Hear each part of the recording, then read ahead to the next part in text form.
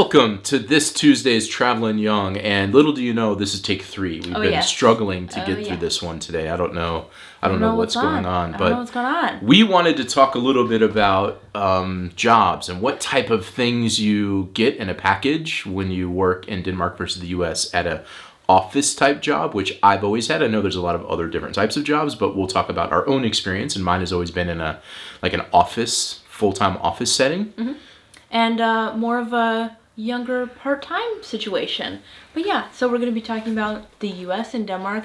For some of the part things, I'm going to need to go to you because I never worked part-time in the U.S. because I was 14. But you have friends. You've learned a little bit from your friends, of course. I have friends, yeah. Yeah. Well, I have friends, but I have friends but you have friends back in the U.S., like friends who are here, actually, they worked to save up money to come here this summer. By the way, if you haven't seen that video... Oh, please watch that video. I'm going to link to it here when they showed up and surprised you. So, the first thing we're going to talk about is health insurance. So, from a full-time office type situation in the U.S., health insurance is something that you need your employer to help sponsor for you, because what happens is employers will sponsor a whole bunch of people as a group, and then that gets the rates down. Much more expensive for you as an individual to try to get health insurance. So it's always basically a part of your employment, and your employer will basically subsidize a portion of it, and then you have to pay the difference between what they pay and what it costs. And since health insurance costs go up, they don't necessarily always subsidize more, so your costs tend to go up each year. And then if you want to add people to the plan, like Maya,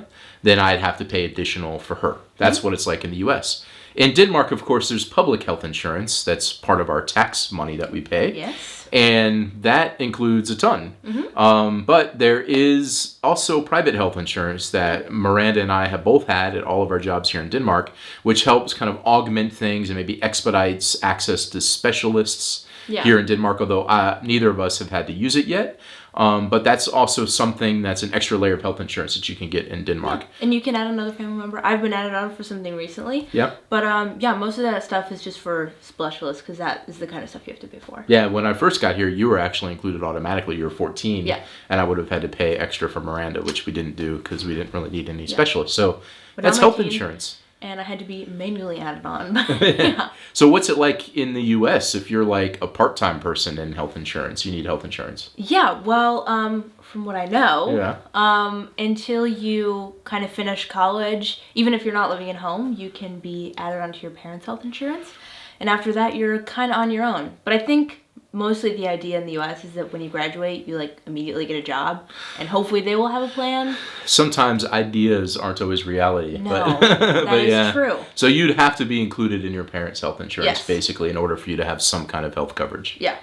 Yeah. So that's a difference for part-time people and career folks, I guess you could say. Full-time. Full-time between Denmark and the U.S. Yeah.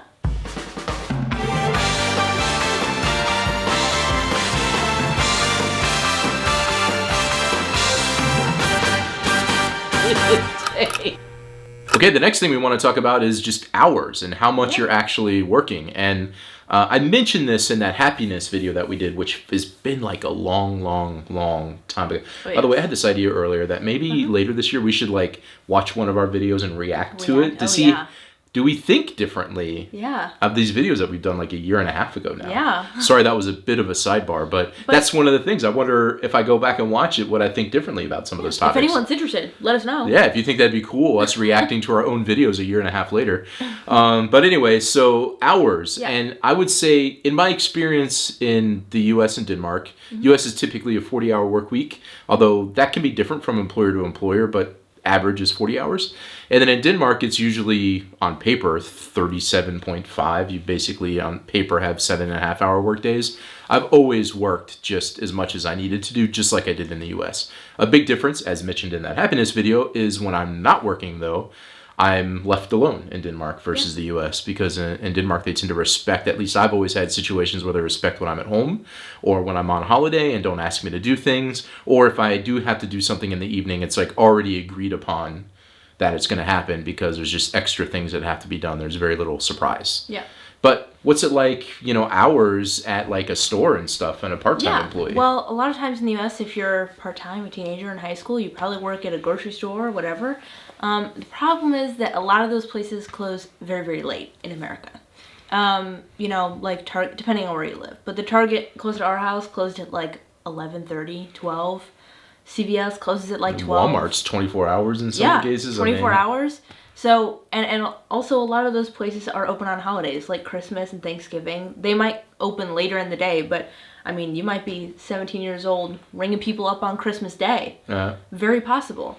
And so it's very likely you'll have a lot of late nights if you're working part-time in the U.S. And here? But here, stores close a lot earlier than they do in the U.S. So things like clothing stores or beauty stores usually close around 5 o'clock, 7, and grocery stores close around 9, maybe. Yeah. Yeah. I mean, I mean, when I grew up, I had a part-time job at a store, and it was at a mall. It was open till 9, and I'd be there till like 9:30 or 10. And I think there was always this thought. It feels like, as one of those employees, the thought was, well, those people are just available whenever we need them.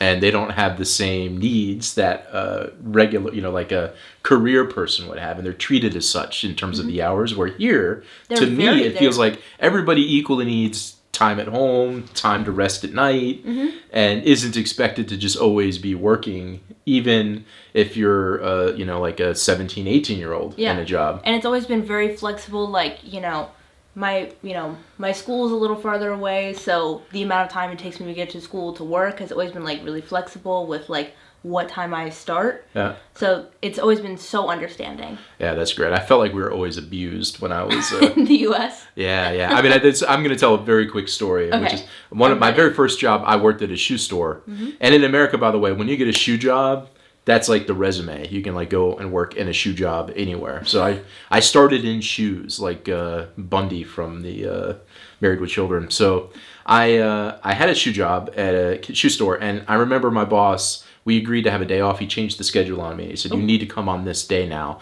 I had plans, and I was so irritated because I'm like, I have plans, I can't. And it was plans like a birthday party for a friend or something I didn't really want to miss.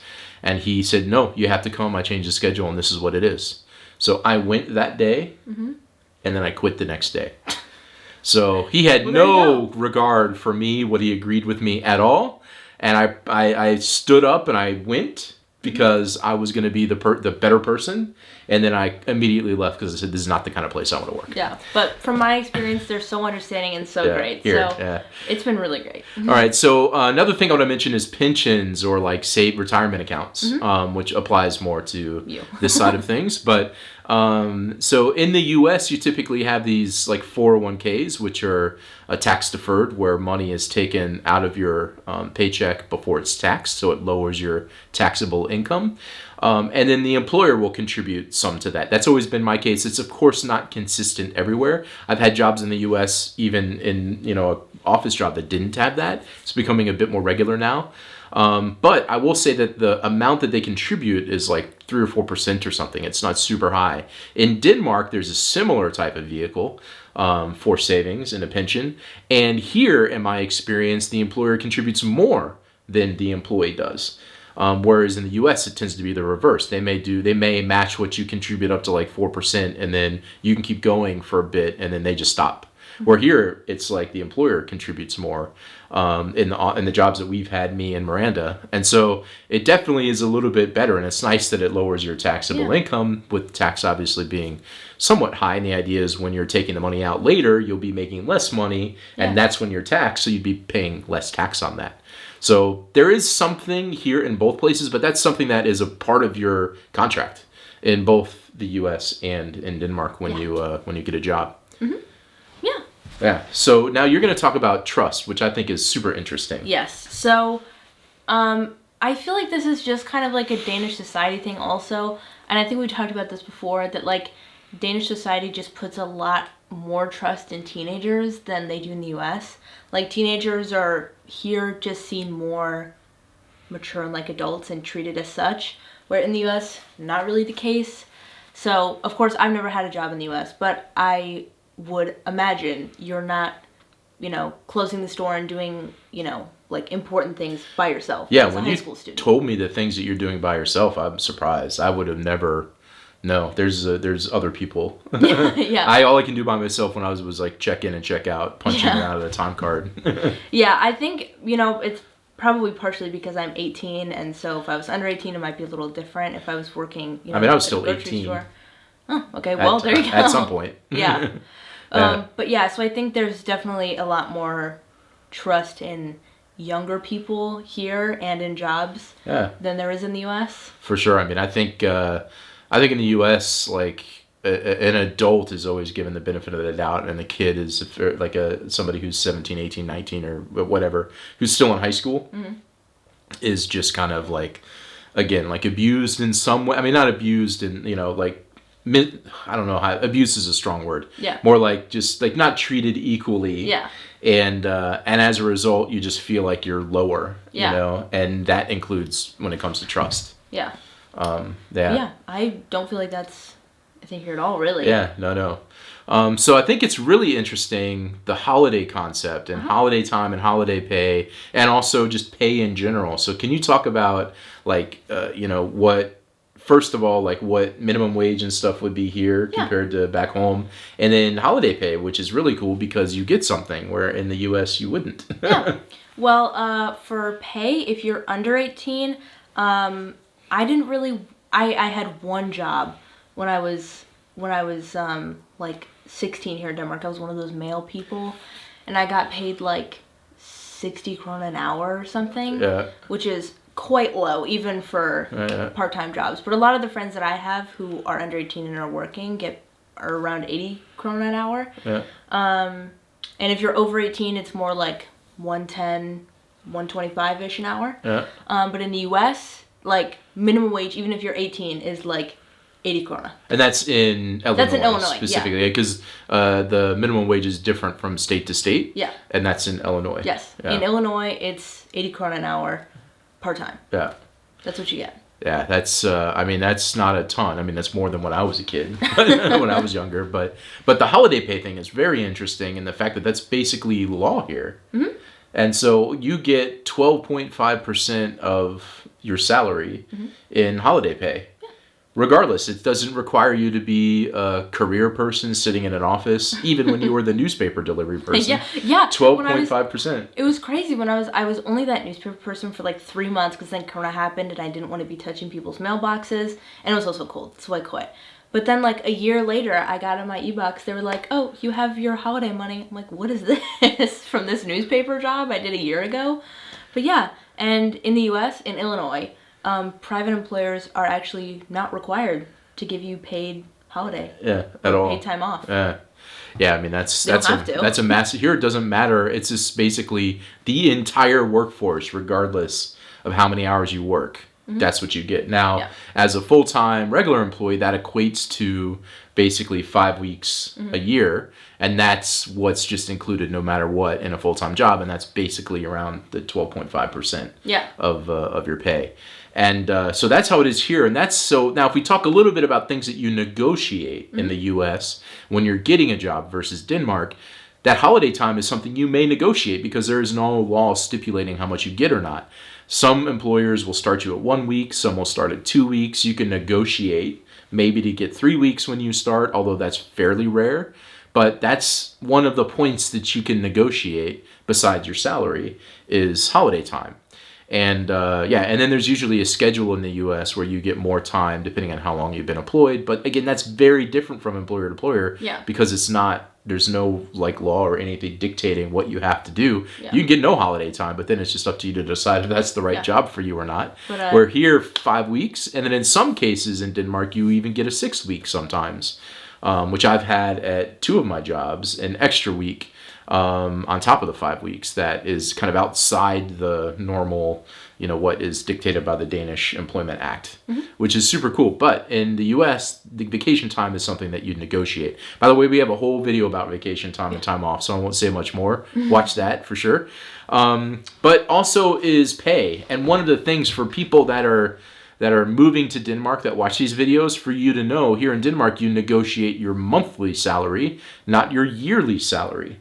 And that's something to keep in mind because that was a weird switch for me because I'd always negotiated my yearly salary. So I'm like dividing things up and doing currency conversions, trying to figure out what it all is and multiplying and blah, blah, blah. But here you negotiate often your monthly salary, where in the U.S. it's your yearly salary. And that's in Denmark, that feels like, in the positions that I've had, that's one of the few things you negotiate, really, because, company policy dictates how the pension is. It dictates if you get health insurance and all these other little things. They're not going to, like a phone, whatever, they're not going to make an exception just for you.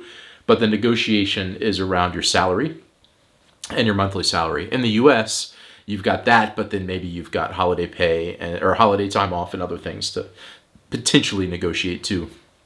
So that's kind of a difference that I noticed when I got here. And I also, just to mention, here in the U.S., I feel like as an employee, the moment you get, that you're kind of getting your contract, that's the best opportunity for you to negotiate. Mm-hmm. It becomes much tougher to get a lot of raises over time. Like once you're working somewhere, that's basically going to be what you make. And you'll get incremental increases based on cost of living, maybe, or if you can make a dramatic change around your position. And maybe you have to apply to get a different position in the company that could change but it's good to negotiate on day one because you're not going to get much negotiating power after that. Yeah. And that's consistent between the U.S. and Denmark. But one thing that's very different too, I'll mention, is I hear there's like a contract that has some kind of legality to it in some way. It's a written contract that you sign and your employer signs that stipulates all the conditions. In the U.S., I also did that. Yeah, in the U.S., there's kind of like you get an offer.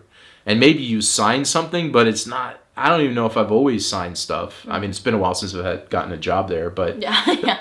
But I mean, it's not the same as it is here. No. I mean, here it's like very, kind of like it's formulaic in how it's handled. In the U.S., you can just walk away. It doesn't matter. You can also like leave a job and not give notice. They also don't have to give you notice. Here, the contract also stipulates things like, what's in the law around time off, or like if they garden leave and things like that. I mean, it's just there's an employment contract here, which is very different than the U.S. It doesn't feel like a contract so much in the U.S. I just rambled, I feel like, on this whole thing. But I mean, but for me, it's very interesting to see like what your rights are as an employee here versus there, and how you need to be prepared for that at the moment that you're getting your job and reading that contract that you get initially, because that's your moment to like really understand, basically, as an immigrant coming here, what are the Danish rules, and then what additional things on top of that are included as part of your package. Whereas in the U.S., there are no rules. It's just, it is what it is, and you just got to figure it out and negotiate and hope it's going to be good. Yeah, so anything else you want to add? I don't think so. But Yeah, so I hope you enjoyed this, and you know what? I've mentioned this time off video before, so here's a link to it. So definitely check out when Miranda and I talked about the time off that you get at jobs in Denmark compared to the U.S. Because that's a pretty interesting story to tell. But otherwise, I think we're just going to say goodbye for now. Yeah. All right? Bye-bye. Bye.